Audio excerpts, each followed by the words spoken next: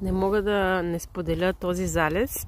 Намирам се на кацалката на Сливен, местно Синилка. И готов за лява, на Радо говоря. Горе са много курсисти. Лява. 80 градуса за вода. Ето ги. Това е Сашо, Дима, Младен. Това е самолет. Това е самолет. Това трябва да е Наско и там малко по-навътре е Радо. И това не е посоката.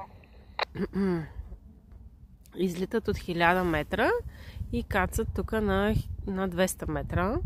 Тоест 800 метра денивелация има мястото. Много е хубаво за летене.